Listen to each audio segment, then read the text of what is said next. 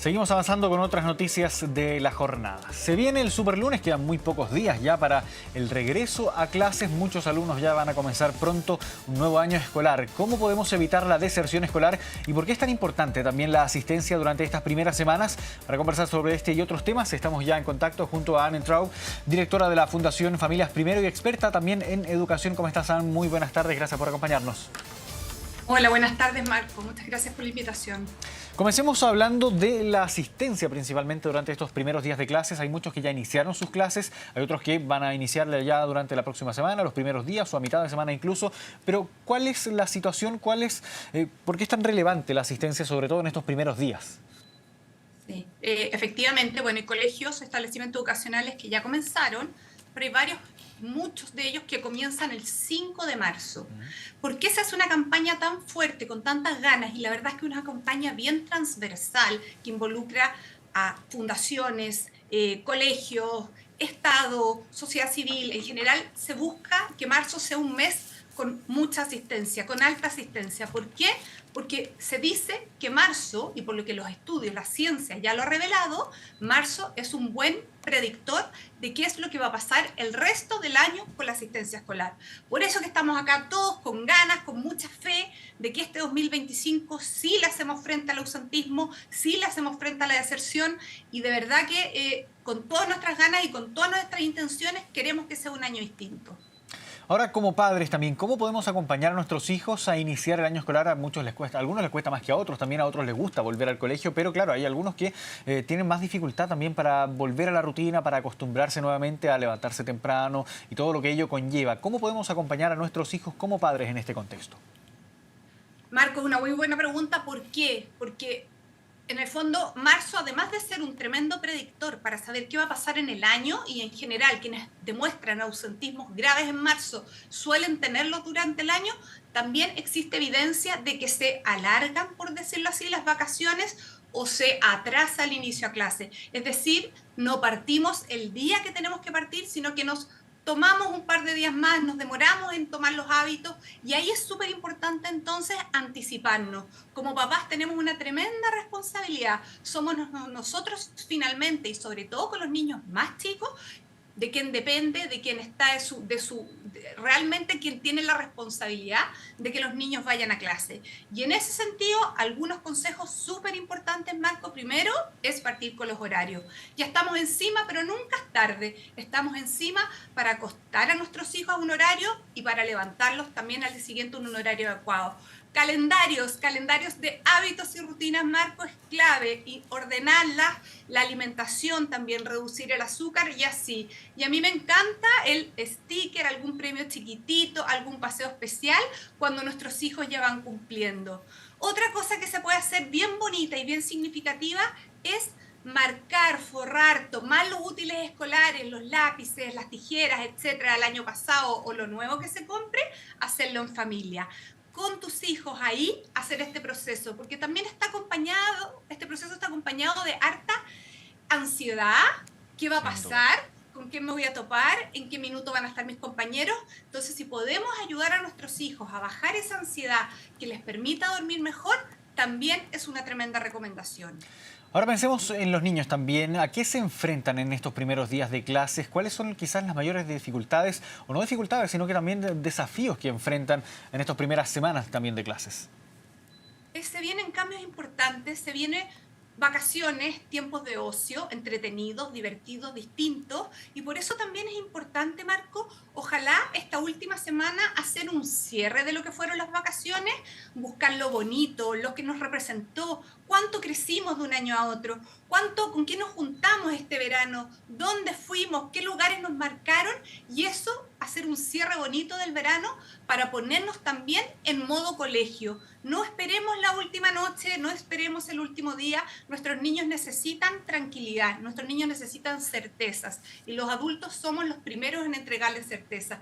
Y todo esto está acompañado más allá tiene un componente emocional muy potente, pero también un componente académico.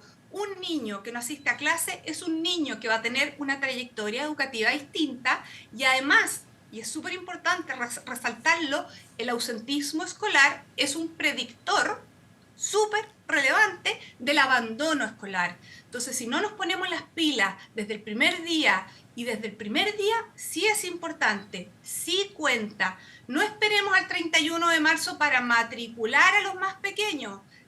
Se ha transformado ya en una especie no quiero decir rutina, pero está pasando que en prekinder estamos llegando al 31 de marzo y recién ahí decidimos dónde, las matrículas, etc. Entonces, todo eso es un tema cultural, es un tema que además pasa en los contextos más vulnerables y es justamente donde tenemos la mayor brecha. Entonces, si decimos que queremos realmente cambiar la educación... Vamos a interrumpir un momento esta conversación. Bien, estábamos conversando antes de ir con esta información de último minuto con Anne Traub, directora de la Fundación Familias Primero y experta en educación, conversando también sobre la relevancia de los primeros días de clases, la relevancia de la asistencia de los niños en estos primeros días de clases, pero también para hablar sobre la deserción escolar. Y en este mismo sentido, quería preguntarte, Anne, agradecerte también, por supuesto, que nos hayas esperado hasta este momento. ¿Quiénes son los niños más propensos a desertar de los colegios, de las instituciones de educación? Bueno, antes de responderte, dar todas las condolencias a la familia Piñera, porque, bueno, están juntos los hermanos ahora. Bueno, primero, el ausentismo, entremos un poco en detalle el ausentismo. Claro, vamos por etapas, quizás. Claro, el ausentismo lo que tiene es que es un tremendo predictor de la deserción escolar. Efectivamente, entonces, quienes más faltan tienen más probabilidades de desertar.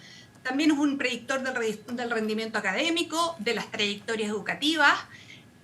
La asistencia es muy necesaria para el desarrollo social y emocional, en el fondo para todo el desarrollo de los aprendizajes y, por supuesto, también te predice el futuro laboral, el futuro de vida del ser humano. Entonces, cuando tenemos tasas de asistencia o de ausentismo tan altas como las que tenemos los últimos años, que no hemos ni siquiera logrado recuperar qué es lo que pasaba antes de la pandemia, es cuando decimos tenemos que hacer algo y tenemos que realmente ponernos las pilas.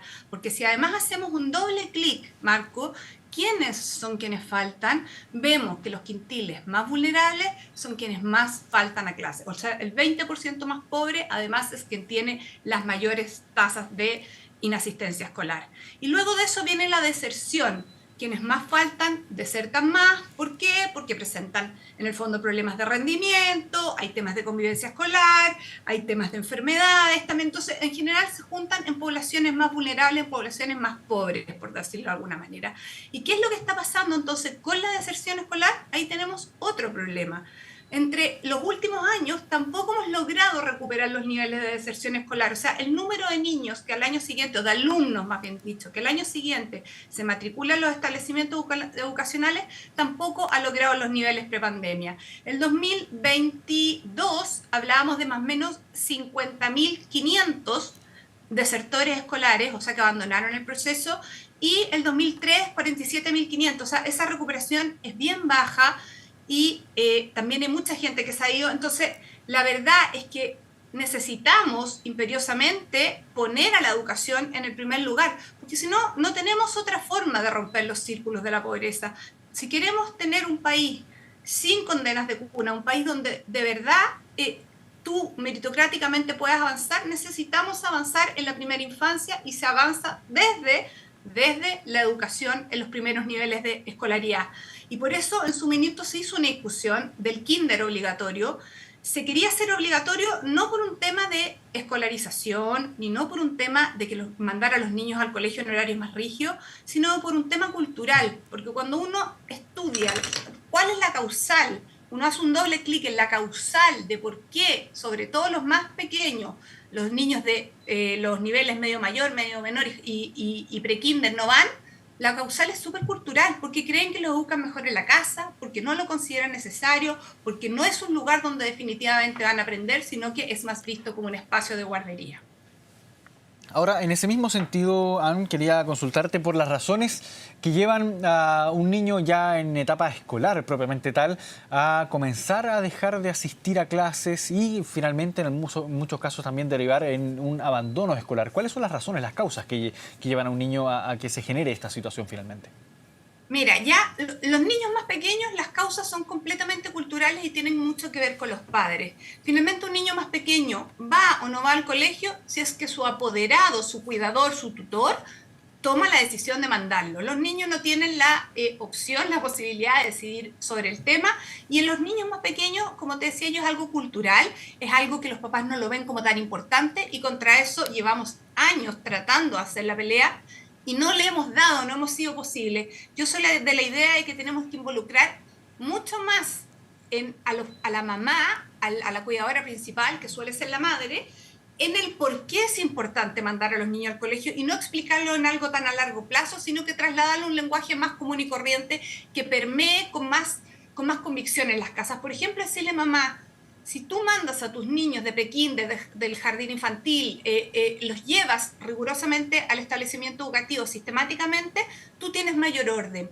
Si tú tienes un mayor orden e instalas una rutina más adecuada en la casa, tú también, mamá, puedes trabajar, puedes emprender, puedes terminar de estudiar o lo que sea. Entonces, para mí el ausentismo no se aborda solo por trayectorias educativas futuras, sino que se aborda desde toda la familia, desde el rol que cumple la familia como primer educador. Y en los niños más grandes, respondiendo a tu pregunta, los alumnos que ya deciden un poco más, hay varias razones. Yo te diría que primero está el tema de que y que al cual estamos combatiendo también, es todo el tema del narcotráfico. Te sale más corto y ganas recursos antes que pasar por todo un proceso educativo. Otro tema importante es el tema de convivencia. Hoy día estamos llenos en la Superintendencia de Educación de denuncias y son súper cruzadas. Entonces, teniendo temas de tomar el camino más corto para tener recursos, el tema de la convivencia, el tema del mal rendimiento académico, es una especie de caldo cultivo para que los mayores también se transformen en desertores. Bien, Alan Traub, directora de la Fundación Familias Primero y experta en educación, muchas gracias por esta conversación con Canal 24 Horas. Que esté muy bien. Muchas gracias, Marco, por la oportunidad de hablar un tema tan relevante para Chile. Sin duda, muchas gracias.